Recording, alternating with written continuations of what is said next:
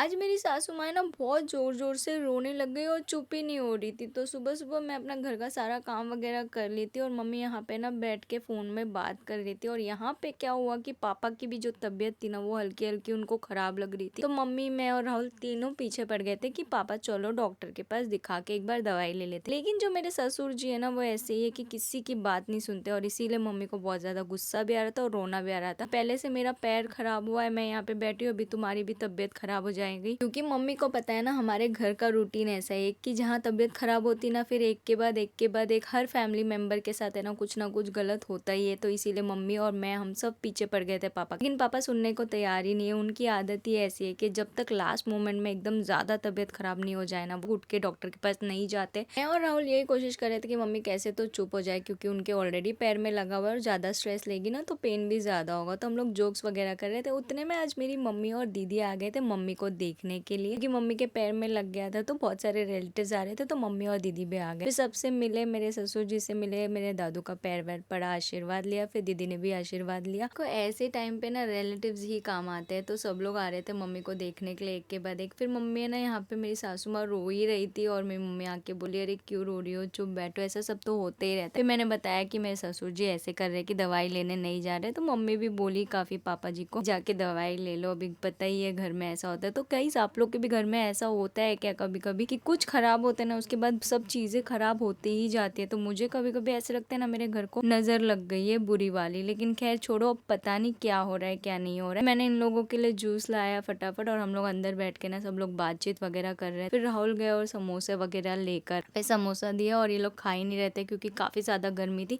फिर खाने के बाद है ना दिन जैसे किचन में आई देखी इतना सारा बर्तन था तो वो बर्तन वगैरह धोने लग गई। मेरे इतना मना करने के बाद भी दीदी बोली कि तेरी भी तबीयत ठीक नहीं है, अभी आई हूँ तो थोड़ा बहुत तो कर ही देती हूँ, कम से कम तेरे को तो थोड़ा आराम हो जाएगा। मैंने बोला अरे मैं कर लूंगी, लेकिन दीदी ने ना मेरी एक बात नहीं सुनी और पूरा जितना बर्तन था ना सब बर्तन वगैरह धो के किचन वगैरह साफ कर दिया। और यहाँ पे ना फ्रूट्स भी मैंने काटे उनके लिए, क्योंकि बाहर इतनी ज़्यादा गर्मी थी ना। तो गर्मी के टाइम पे ना वाटरमेलन है ना सबसे बेस्ट होता है। फिर उन लोग को दिया और राहुल जो है ना मंदिर से प्रसाद लेकर आए थे ना वो भी दिया उनको। और प्रसाद है ना हम लोगों ने मनीषा को भी दिया था थोड़ा सा, जो भी रखा था ना मम्मी के लिए और मनीषा के लिए। तो फिर इनको दिया और थोड़े से ना आम भी दिए रिटर्न, जो फार्म वाले थे वो। और मम्मी ने भी ना काफी ज्यादा फ्रूट लाया था, एप्पल, मैंगो, वाटरमेलन। और मैंगो है ना ये काफी ज्यादा टेस्टी था। और हमारे यहाँ पे ना पहले ऐसे सब होता था कि जब भी समधन समधन से मिलती है ना तो पैसे देती है, लेकिन मम्मी ने ना मेरी सासू माँ ने एक पैसे नहीं लिए, मम्मी को वापस रिटर्न दे दिया। मम्मी जबरदस्ती दे रही थी। फिर ये लोग सबका आशीर्वाद वगैरह लिया, सबको टाटा बाय बाय करके निकल गए